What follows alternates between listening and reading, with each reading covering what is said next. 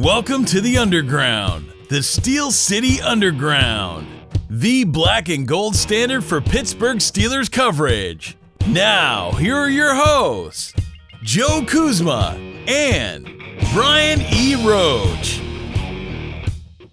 Hello, everyone, and welcome to another edition of the Steel City Underground podcast. My name is Joe Kuzma, and I am joined once again by the one and only Mr. Brian E. Roach. Brian, what's going on? It's a day. Yeah, you could say that. Yeah. Yeah, what is it? Cats and dogs living together, mass hysteria. The old, I saw the Ghostbusters trailer, man. It got me kind of excited, so it brought that, quote back from, 30-some years ago. Netflix has this thing. It's the movies that made us now. It was kind of like the same people who did the Toys That Made Us documentaries. Yep, I've watched it. Oh, have you seen all of them, though, or just... It was Ghostbusters, it was Die Hard. Those are two I watched so far. I was holding on to Home Alone and Dirty Dancing, especially to watch with the wife. But I may watch it on my own. I don't know. There's no amount of money that's going to make me watch the Dirty Dancing episode because that film did not make me. Hey, no one puts baby in a corner. Come on, man. You're going to make me say a word that is not family suitable about baby. Oh, my. Oh, my. Well, anyways, we do have football to talk about.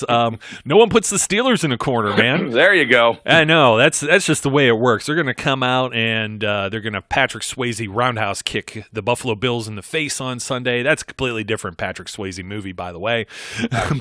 But if you're a Family Guy fan at all, somebody will get that out there. But yeah, anyway, you know what? You're looking at a game that got moved to Sunday Night Football that kind of upsets me because now it just throws all of my weekend plans out of whack. But in a whole other way, and get the party all day Sunday. All the Yinzers are going to be partying it up, and it's going to be a rowdy, raucous final home game for the 2019 season at Heinz Field. And the Steelers are breaking out everything, man. The color rush jerseys are coming out, which, you know what, we talked about that in the back rooms and forgot to mention on the last podcast that was a possibility, and now we don't sound smart because we forgot to say it beforehand, but we said that might be a possibility. That was announced. They always seem to get amped up for that. The Buffalo Bills are right now sitting all right there at the 5 seed in the AFC conference. And, of course, the Steelers could have an opportunity to just jump ahead of them a little bit. There's just so much that's at stake here because – you know, if the Steelers win, you know, that there's different things at stake with the Bills and other teams that are eyeballing what the Bills do. At the same time, if the Steelers lose, of course, that doesn't help their prospects either. And it seems like all chips are on the table for this one, man. Absolutely. And this is I mentioned this in the post-game podcast. This is the game that makes me the most nervous of the games that we have left. And you know, it's actually, in my mind, it's a benefit that we get the color rush jerseys because we never lose in the color rush jerseys. That's a beautiful thing. Knock on wood. Yes. It's a benefit that we get this to move to a night game because they perform well in prime time at night. Knock on wood. And, you know, those are all good things. But, you know, of the teams they have left to play, the Bills are a team that is a little scary, and they're a little weird. I was looking at you know, they've only allowed one team to score more than 20 points, or 20 or more points against them, and that team is the Miami Dolphins, who did it twice. Nobody else has hit that number. Well, that's okay. The Steelers don't score 20 points, anyways. Normally they don't. You're right, but. You know, they're not blowing a lot of teams out. Their offense can be dynamic, but for the most part is pretty pedestrian. But you know, they have a completely legit defense. I think it's top 3 in both the run and pass defense.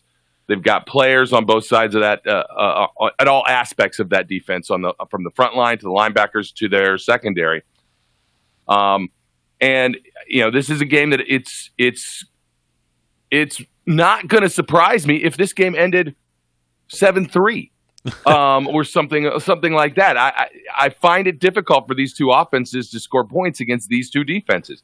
But I think it's gonna be an interesting game. I like the fact that it's at home, and I like the fact that our offense is evolving and developing, and maybe there'll be some new tweaks that might get thrown at them. We'll have to wait and see. Yeah, we're going to have to see about the tweaks. We're hoping maybe Jalen Samuels doesn't have like a major setback with the groin, because then the wild card wrinkle is out. But, you've seen just a little bit of that. They haven't gone quite as, hog wild as they had in the past. But we're seeing full practice now from Juju and James Conner. But you got Vance McDonald that's in concussion protocol, and we're going to see what ends up happening there, because that could be a definite setback for this offense if they're growing or whatnot. This is something that I want to go back, and this was kind of funny. I'm going to bring this up. I tweeted this out not too long ago, but they were asking, some of the reporters were asking Duck Hodges yesterday about, being the starting quarterback. They were asking him about 2-minute drill. Like, does he call the plays? Well, do you decide where the ball goes? And he goes, well, I'm the quarterback, so I suppose I'm the one throwing it. So I suppose, it's just, I don't know what some guys are thinking when they ask these questions, but they asked him about cold weather. And I'm like, well, this guy's like a hunter, but I guess he's from Alabama, a warmer weather climate and stuff. And it was kind of interesting because he brought up, hey, did you play in the cold at all while you were in college? And he goes, yeah, well, I played in Youngstown, Ohio. And just to give you an idea, Brian, now I looked up that game, to be completely honest. It's about 3 years ago, and I remember Samford coming in there again, the air raid offense things, and I'd completely forgotten that I had watched Devlin Hodges play in college. There's something, and because I follow Youngstown State football, I talk about the FCS stuff sometimes, and Youngstown Stadium, it sits on the highest peak in the city, and I believe the way it's situated, I want to say it faces, the larger end of it faces north, but it basically has a corridor where the wind comes through, and they've nicknamed that the Ice Castle. So basically Hodges says, I hunt and stuff too in the cold weather. I just need to get warmed up a little bit, and we'll see how he gets warmed up in this game. They asked him about having Juju Smith-Schuster, and it's like, well, it's Juju. He says it's Juju, how can that not hurt, help or hurt or whatever to have him on the field? And I have to agree with that. However, as you say, this is a Bills defense that's, beyond legit as well. And I'm just thinking to myself, there was another thing to piece all of this kind of together.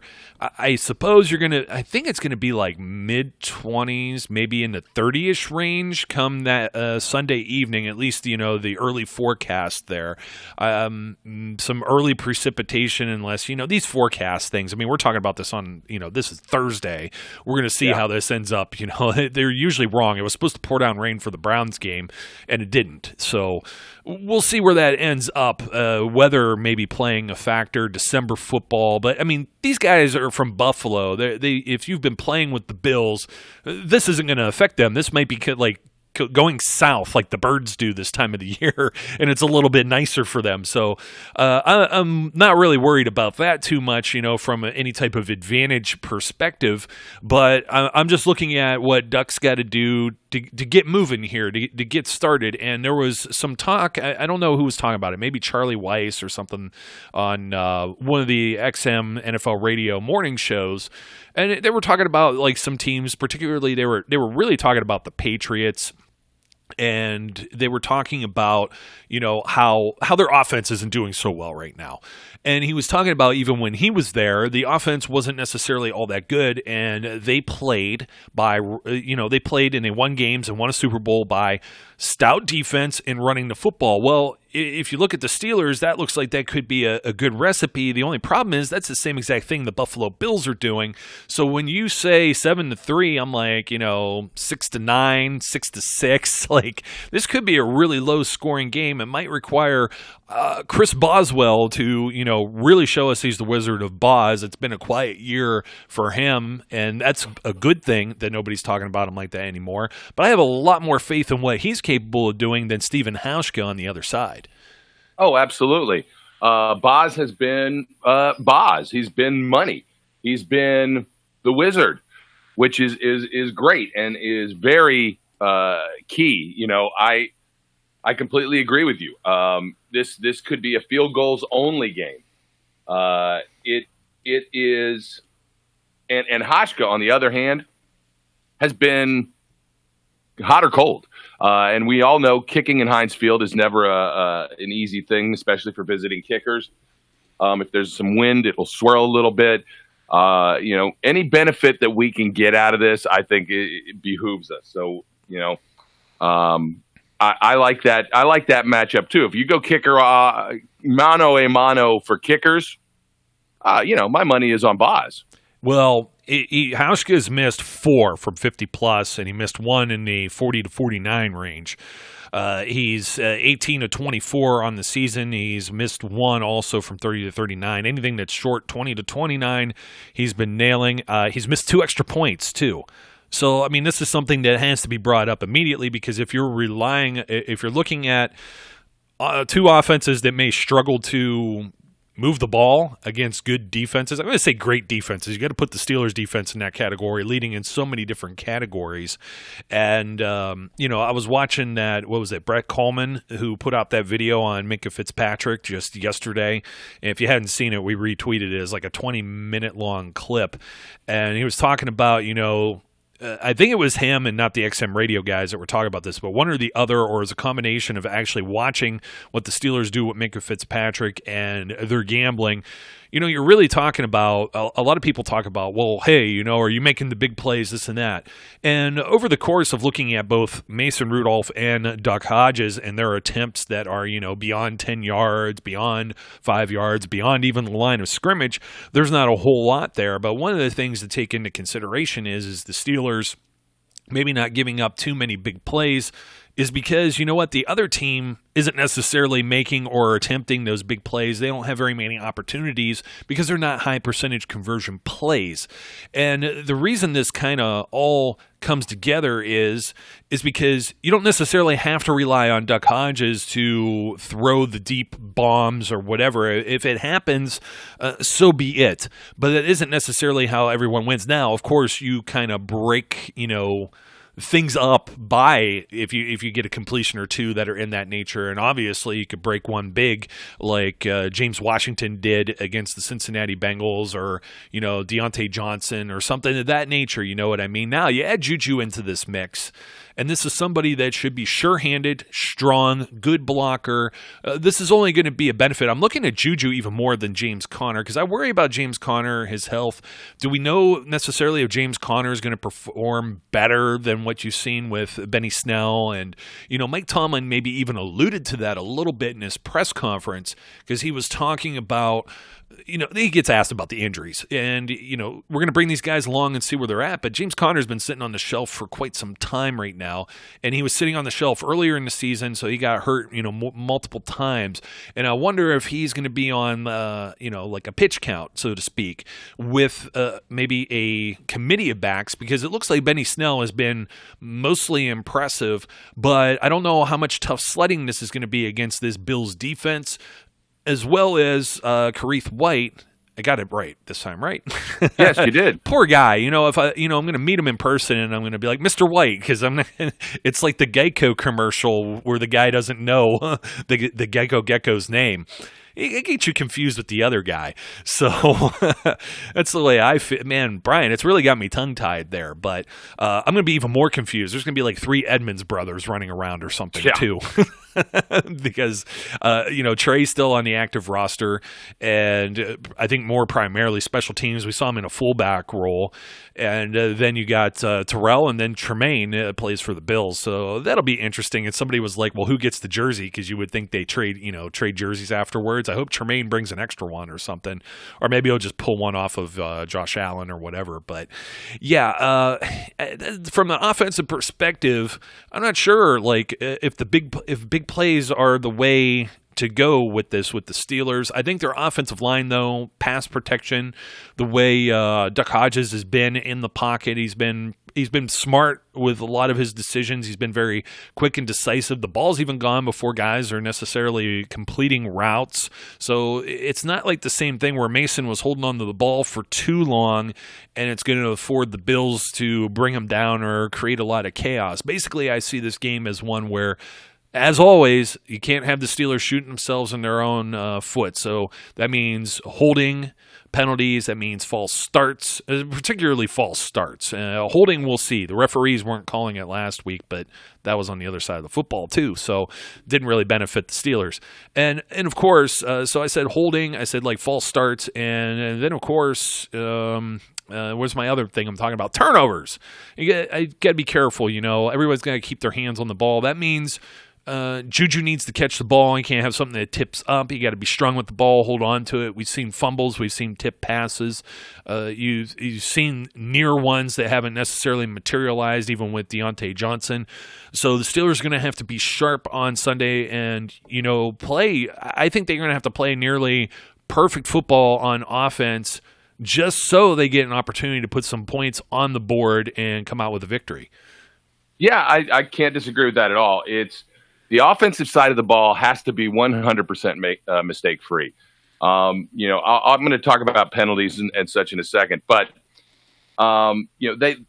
Duck has to continue to do what he's been doing. Make good decisions with the ball, as you said. Don't take unnecessary risks. He needs to keep his pocket awareness up. And try and avoid things like, getting hit from behind or strip sacks. The offensive line has to have one of their better games. This can't be a game where they let down at all, because they will get taken advantage of if that's the case. They need to be prepared for things that are probably going to be different than what he's been seeing. They may blitz a little more than what he's been seeing. So running back protection has got to be good. And you're absolutely right. The receivers have to get the ball, have strong hands. Don't let the balls get tipped. I know that it gets harder as the weather gets colder, but you don't want to make a mistake in this game, because mistakes are likely to haunt you. Now, you tweeted this out earlier in the week, which is of the many things we've said that may be playing in the Steelers' favor. This is one of the things that is not. And that is, who is the referee? Tell me again. Who is the referee for this game? Oh, no. It's Tony Corrente, the Jesse Cottick referee. He also officiated the game in Denver last year with the Xavier Grimble fumble, thing. And actually, I think he got right. He along with Clete Blakeman, these are two of the guys that, and I want to say one of the Waltz, because I think one of them retired and one's still active. And between the collective of them, they seem to stand around and have a water cooler conversation about every flag that's thrown. So be prepared with your, styrofoam or rubber brick that you throw at the TV, Brian. My GIF is going to get a workout. My brick is going to get a workout if it even survives. Look, it's not going to be last week. Let's just put it that way. It is not. They're not going to not call holding penalties this week. They're not going to not call pass interference. In fact, it's likely to go the other way. And if they see somebody touch somebody, they're probably going to throw a flag. And that is an absolute nightmare for me. This may be the crew that may have inspired my hashtag. Well, they're the Jesse Cottick crew. They are. They're the Jesse Cottick crew. Yeah, I just can't remember if I was spouting that prior to that. I've always thought the refs stink, but anyway. So that's a negative, but it just means that they've got to be as clean as they can be. They also, from the defensive side, you got to avoid silly mistakes like hands to the face. You've got to avoid, broken coverages. They've got to be on their game, and the defense is again able to put this team into contention and maybe to win this game. They need to be sound. They need to do what they've been doing, get sacks, which they should be able to get. This is not Lamar Jackson. I mean, Josh Allen. He's a mobile quarterback. He likes to run, but he's not Lamar Jackson. He's not whoever that little midget was that we played last week. I can't remember his name. Kyler Murray, man. Kyler Murray, yeah. A midget. He's like 4 feet tall. Come on. So's Doc.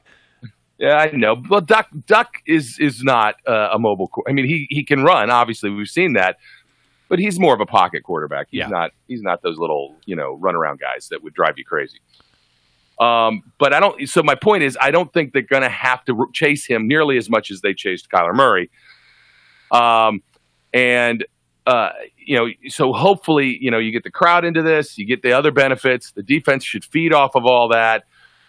And they can get Josh Allen to turn the ball over. If they can get Josh Allen to turn the ball over, and they can put their offense in position to get points, whether it's 3 or 7, or score themselves. Hey, why not? Let's get a make a INT for a touchdown. Let's get a return of a fumble. Devin Bush, do something. I don't care who it is. The defense is going to have to contribute to this win. Yeah, and you know what? I'm looking up some more on our guy Tony Corrente. I know it seems a little, what do you want to say, getting ahead of ourselves about maybe a bad officiating, but his crew is averaging 14 3/4 penalties per game. They are the same crew that started the season with the Green Bay Packers and Chicago Bears game, the NFL 100 game. That was the Thursday night game where there were 10 penalties on both sides of the ball for like 170 plus yards or whatever. And it's totally not out of his style to for these guys to throw the flag. I mean, there's so many games here where there's teams that have like piled up, double digits when it comes to getting penalized. And the Cleveland Browns fans were out there and they were complaining quite a bit when they played the New England Patriots. If anybody had remembered or watched that game, because I want to say that game was on a Sunday where the Steelers played on Monday Night Football against the Dolphins, and there was like 13 penalties there against the Browns and only 4 against the Patriots. The guy comes off as being like a homer with certain teams, and it does feel as though he has had some bad luck or some bad streaks with the Steelers. So it's something that I always think about, because last week was Ron Torbert, who I have never had a problem with him, to be completely honest. I think most of his games are clean. I think he's one of the best officials that are in the league. But it just seems like Corrente, there's a problem when he comes over to the sideline to do the replay review and puts on like his reading glasses, man. I mean, legitimately puts on like reading glasses. It's not a good look when you're a referee. So, but there's like a number of games, and they keep statistics on these guys. Last week he had the Bucs and Colts game. They only threw 9 total flags, but the week before was the Texans-Patriots game, which you probably, a lot of you out there maybe saw if you watch a lot of games during the day, and that was 8 and 8 apiece. I mean, there's just the week before was the Lions and Cowboys. So the guy, I mean, he works every week. He's considered to be one of the top guys, but I don't necessarily know that it means being one of the best guys, and that's just something that you have to put yourself in a position where another Jesse Coddett situation where, it's tough to say, put yourself in a situation where the officiating doesn't dictate the outcome of the game. That was a situation where the officiating shouldn't have dictated the outcome of the game, but it's a close game between two teams that, fighting and jockeying for position, especially back, a couple of years ago with the Patriots and Steelers. It's going to be very similar here, even though maybe not the same kind of firepower. These are two teams that look very similar with each other. You know what I mean? You got, I'll talk about the Bills offense here in a second. Why don't we jump over to, the FanDuel Sportsbook, because that's who's presenting this episode of the Steel City Underground podcast today. And I'm looking up the line here, Brian, as I usually do.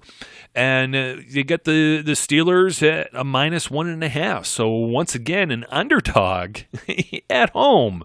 And it's like, can it continue to defy the odds here? Because I know the Steelers, I have it here, what they are against the spread.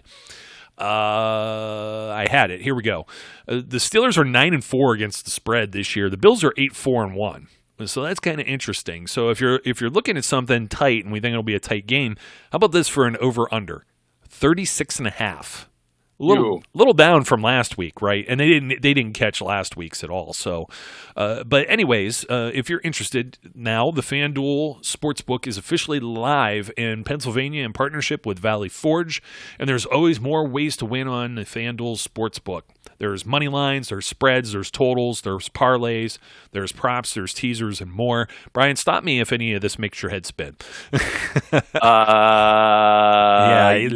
does. But hey, I understand it more than I used to. Yeah, well, we're getting you, we're going to make you a gambler yet, because it's live in New Jersey too. So, but FanDuel Sportsbook has tons of bet types available every single day. Plus, they always offer unique betting promos to spice up game day, like boosted odds, score bonuses, and parlay insurance. With so much to bet on across 17 different sports, FanDuel Sportsbook is sure to have a wager that's right for you. And of course, if you're going down to Heinz Field this weekend, you're within the confines of the the Pennsylvania state line, I would say. You bring up the phone app. Of course, it's got to check your location and stuff. That's all the legalities to it, right? But you pull it up, it loads up pretty quick. You throw a few bucks in there, and we got a promo code for that too. But you just start looking at some things. Maybe you stack a few bets. I like to look at some of the prop bets, and I'm going to pull those up here in a second. But the best thing is you could place your first bet. If it's your first bet here on the FanDuel Sportsbook, it's risk-free. If you lose, you'll get a refund of up to $500. So if some of you high rollers throw a few grand at it, it's only up to $500. Okay, so don't get too wild there with your risk-free. The rest is at risk. So, but you download the Sportsbook app and then use the promo code SCU, and then you could bet from anywhere in the state of Pennsylvania, the Commonwealth, I believe. If you lose your first bet within 7 days of signing up, the FanDuel Sportsbook will give you a refund of up to $500 in site credit. So that's promo code SCU. Looking at prop bets. Where we at? That would help if I actually clicked on there. So alternate spreads. I mean, there's all kinds of different things here.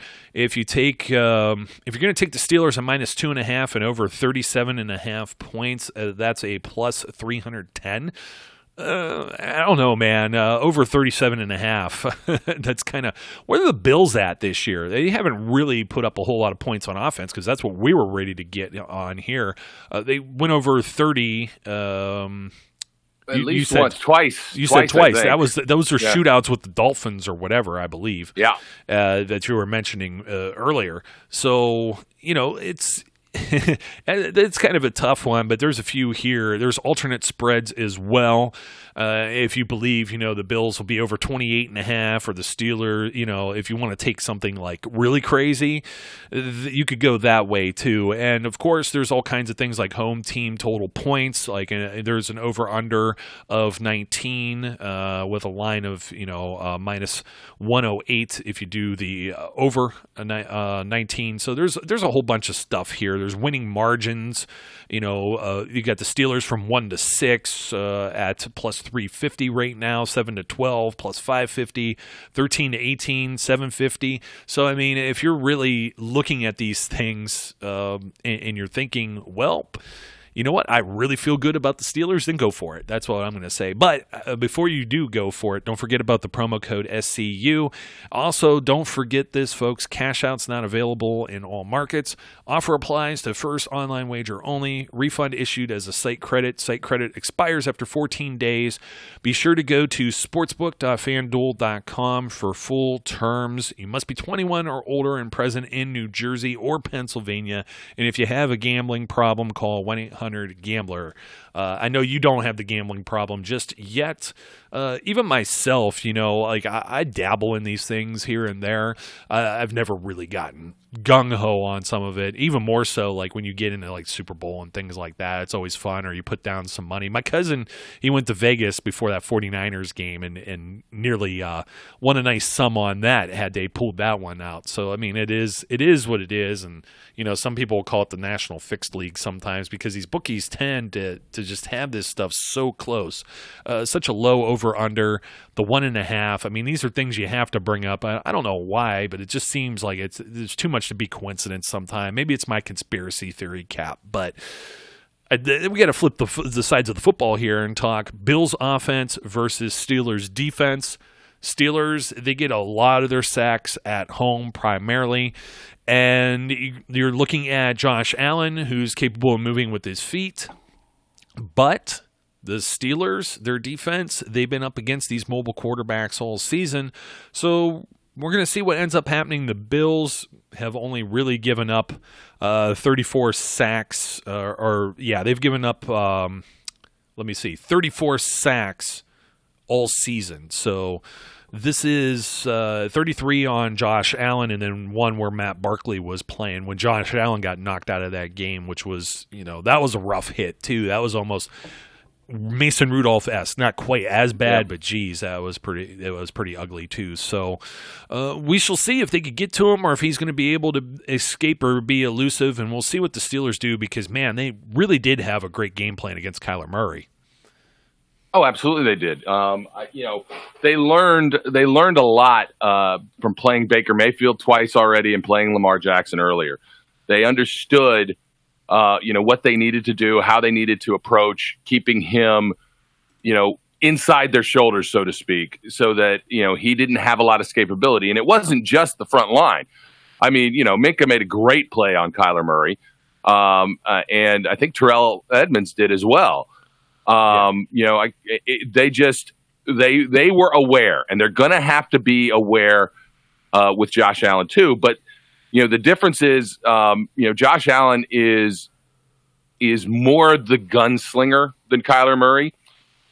He's going to take his shots. So, you can't break down in that coverage and go after him and leave your guy. You got to be aware that you still have to protect the deep center of the field. I look at this game and I think, look, Joe Hayden has been on fire. He's been able to pick off 3 passes in the last couple games. I think, he needs to come up big. I would like to see Minka get another INT. I want to see one of the middle linebackers. I want to see Devin Bush pick a ball off, or Mark Barron. Why not Mark Barron? We gave him a lot of grief early in the season. Why not him now? I don't know. Just as long as he's not, and they rested him. So a lot of these guys get this, I guess, veteran privilege, but he was one of the guys on the injury report. I had to double check and make sure there wasn't anything wrong with him. I don't know, man. Barron, it's going to be interesting to see the inside linebacker split, to be completely honest, because we were talking about this kind of in the back rooms, and Vince Williams, he had an uptick in play for the last game. The previous 2 games, they wasn't utilized a whole lot. So it's going to be interesting to see, was that more a function that they felt maybe the Cardinals didn't have that much of a threatening, pass defense? Maybe they feel better with sending Vince on a blitz and maybe using him as the run stopper. They could be the only reason why maybe Mark Barron doesn't get one, because maybe Mark Barron isn't in coverage. But then again, Mark Barron's kind of the guy dotting the I out there when they're doing like the dime packages, is like the lone linebacker in the middle of the field, as opposed to, Devin Bush has been out there too, but I've been noticing, maybe it's just because I don't know, that the 26 really stands out to me.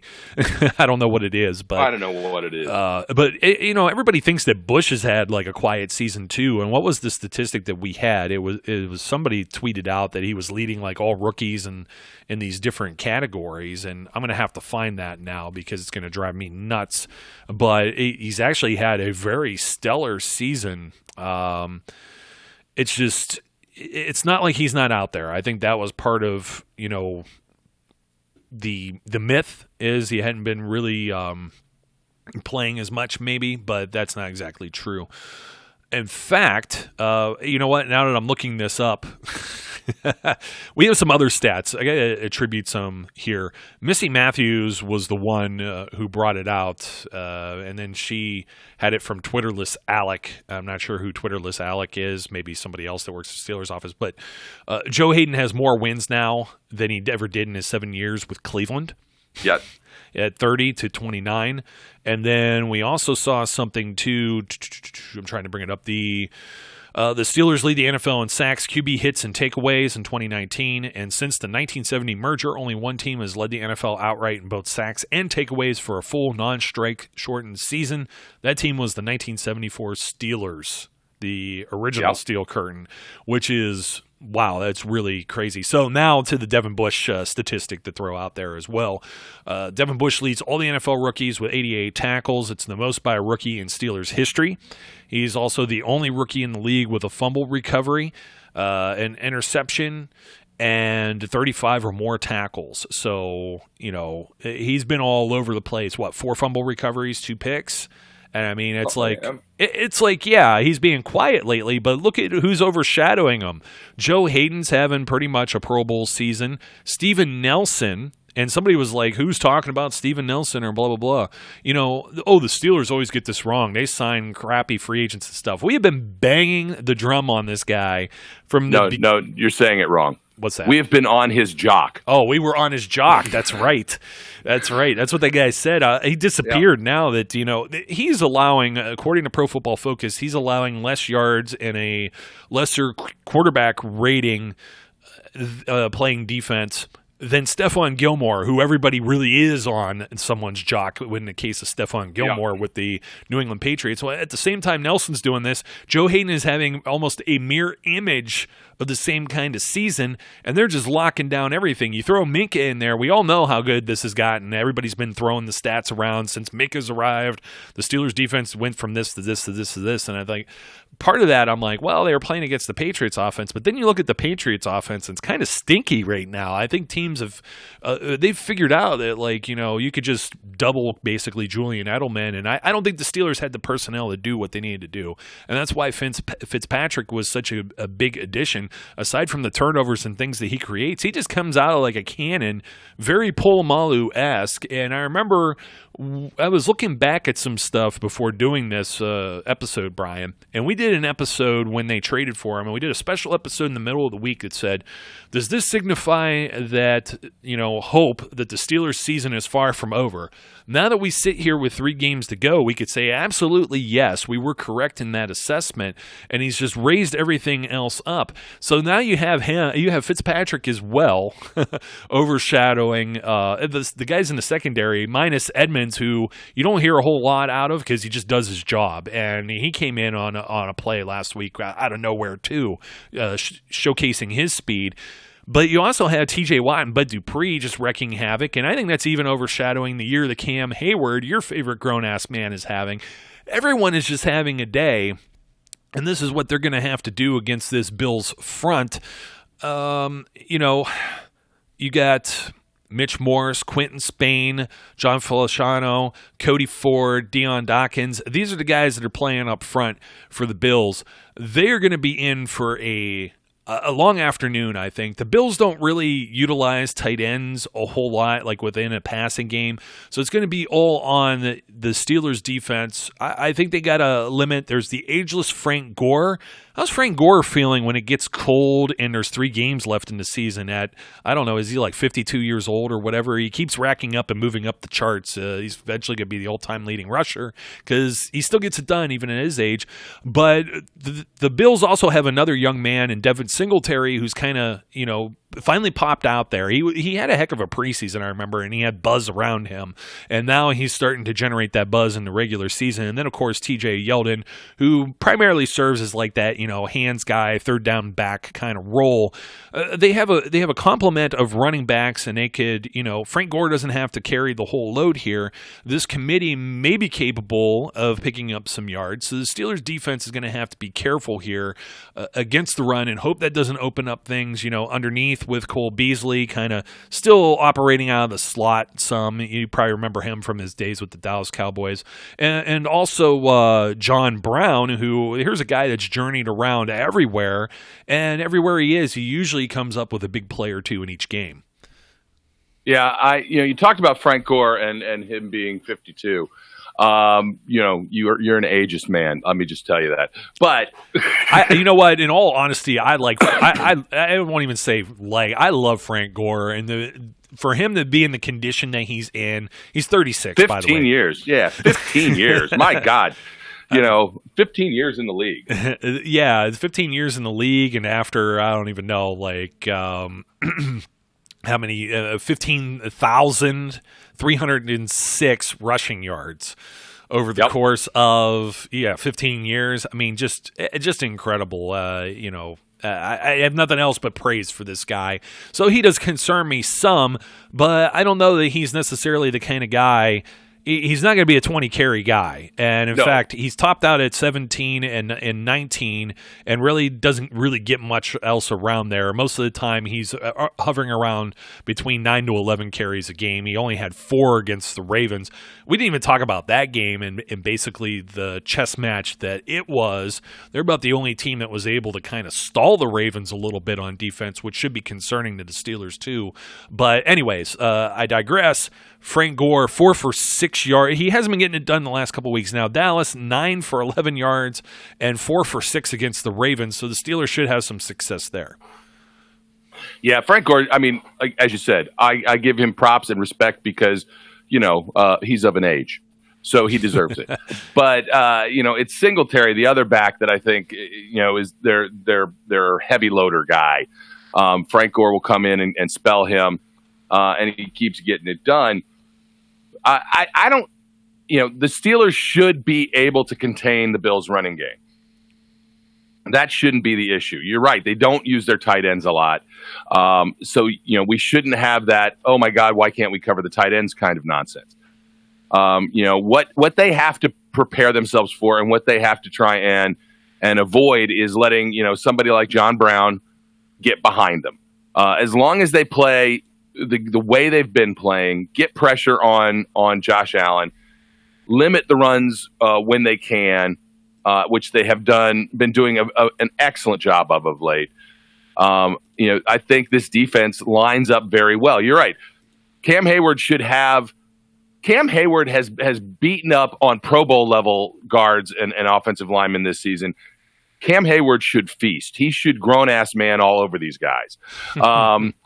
The same should be true of Javon Hargrave. Javon Hargrave should get them, as Craig Wolvey might say, he should get them ham hocks a rolling, and really get some movement and push pressure on this pocket. I think all of them can have a really good day, and this could potentially be a 5, maybe even a 6 sack game across the boards here if they can keep doing what they've been doing. And if they do that, they're going to force some turnovers one way or the other. I like the defensive side versus the offensive matchup a little bit better than I fear the other flip side of our offense matching up against their defense. And the reason is our offense is not taking a lot of risks. And so I don't, as long as that continues and they don't put us in a bad position, I think the matchup works better with our defense against their offense than their defense against our offense. Yeah, I mean, this is being played at Heinz Field. I mean, there's something that's got to be said about that. I don't know that anybody is, maybe previously there were some tickets on sale and this thing was going, pretty cheap initially. Now, no. This is a hot ticket. This has become a primetime spectacle. This is the start of the playoffs for the Steelers, to be completely honest. They have to take care of business on this one, win a hard-fought game. Then they go on the road for 2 more, and we'll see how that ends up playing out. But they could only do themselves help by beating the Bills here because, of course, this is all the jockeying for position, and you got that, lousy AFC South. Who knows what's going to happen? But if the Titans and Texans keep going neck and neck, they're going to be vying for that wild card spot too. Now, here's the even more wild thing about this is this may end up helping the New England Patriots, who are, on the edge of their seat trying to maintain a bye. And they're also trying to maintain an edge in their division over the Buffalo Bills as well. So, and they're also trying to maintain battery life in their camcorders. But that's a whole other story. Yeah. But, it's one of those things. They have a game lead over Buffalo right now. This is interesting, man. And they still have to play Buffalo also.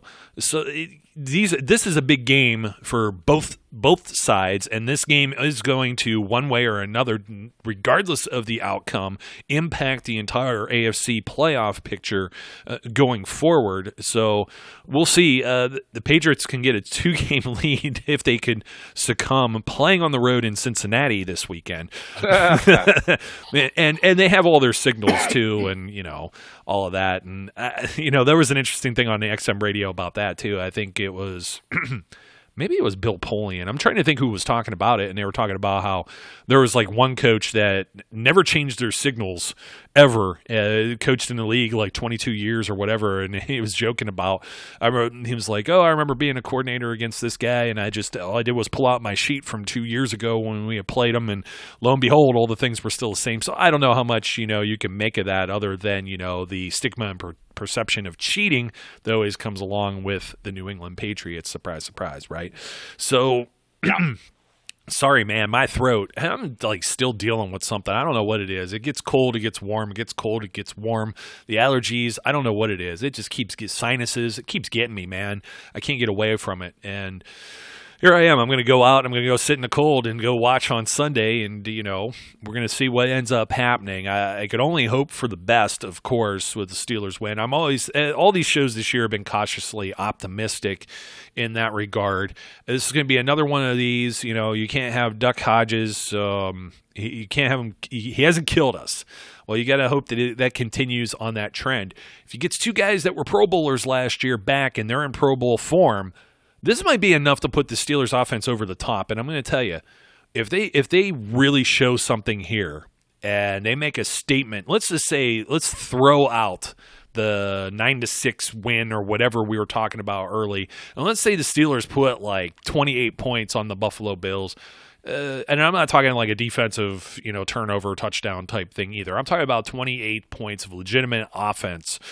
This is going to be the game that's really going to turn things, get the wheels in motion, because they're going to play like a Jets team that's not very good in the following weekend. And then we still don't know how the standings, everything are going to end up, if they play the Ravens, if the Ravens sit players or anything like that. And this is going to give them maybe the momentum they need. They may even win a game like that. And they played the Ravens it was real close to the vest. And that's the last time they really had some of these guys all on the field at the same time as well. So we're going to see what ends up happening. I'd love to say, hey, they're going to go in there and they're going to take care of business, and the Bills are a bunch of nobodies. This isn't your, I don't want to say grandfather's Buffalo Bills, maybe your father's Buffalo Bills. Maybe he was young when they were still winning with Jim Kelly.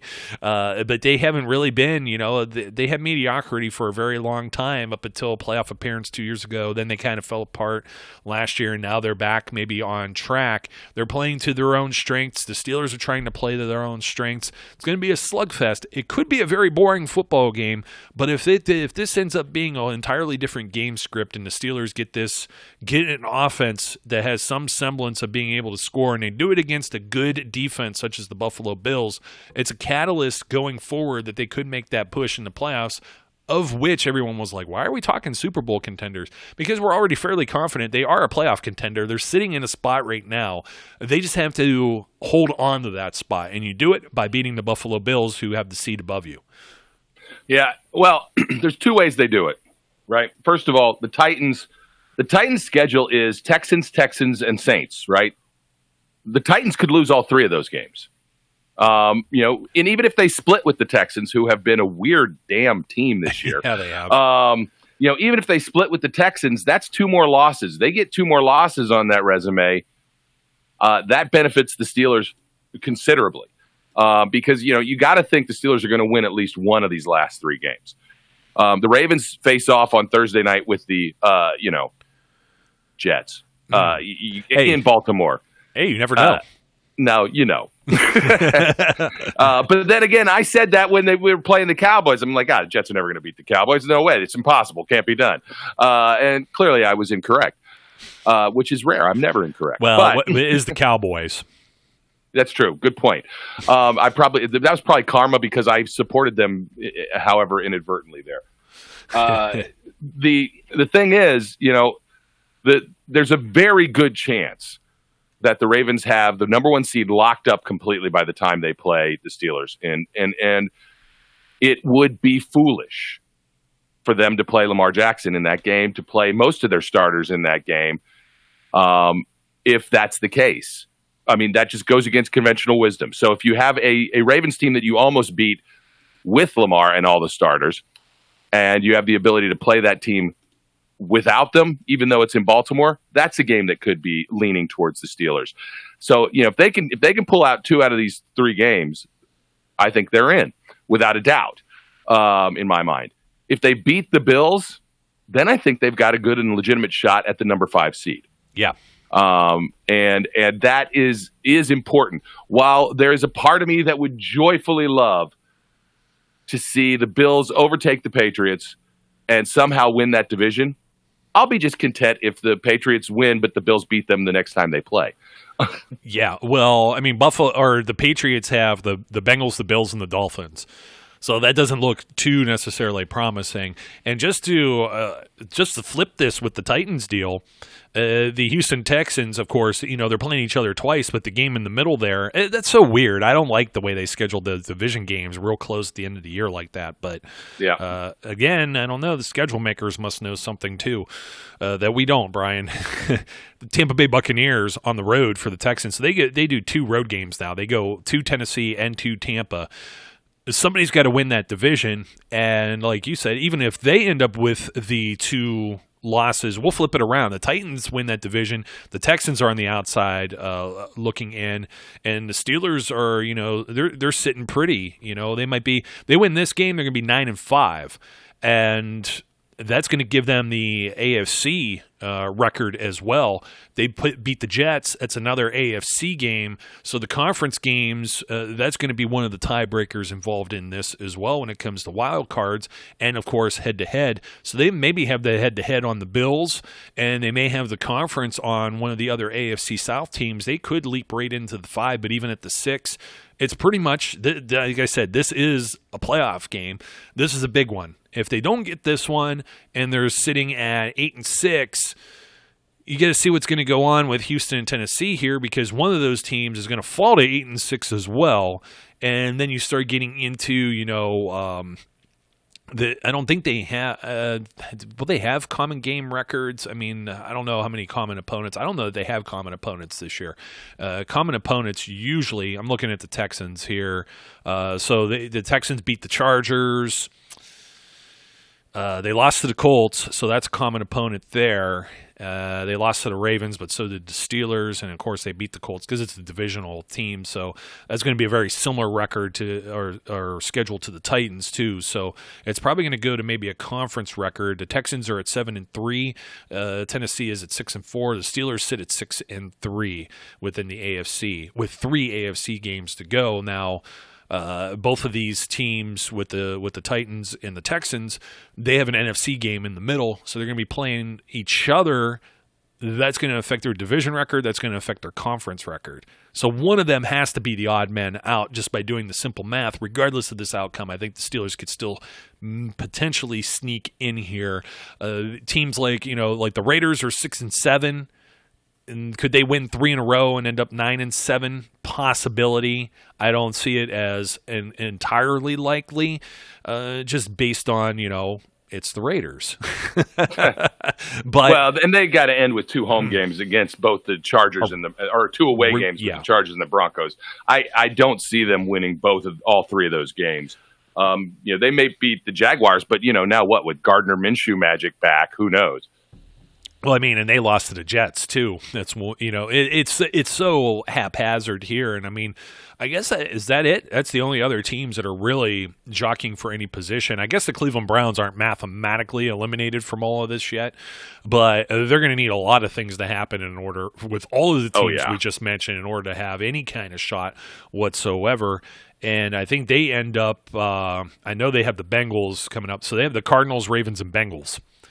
They're going to end up more than likely an eight loss team at the very least. I think they drop one of those games. So, but anyways, what we're talking in circles here about some playoff dynamics and things like that. Why don't we just look for the darn home win and a victory to close out the 2019 season at Heinz Field, and then we'll go from there. Please and thank you. Yeah, please and thank you. Yes, early Christmas gift maybe. So, folks, don't forget to like, comment, and subscribe. And, of course, Brian, thanks for joining me once again today.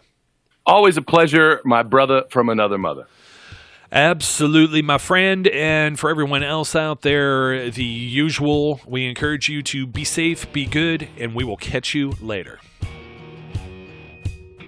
We would like to thank you for listening and remind our listeners to follow us on social media and our website, www.steelcityunderground.com.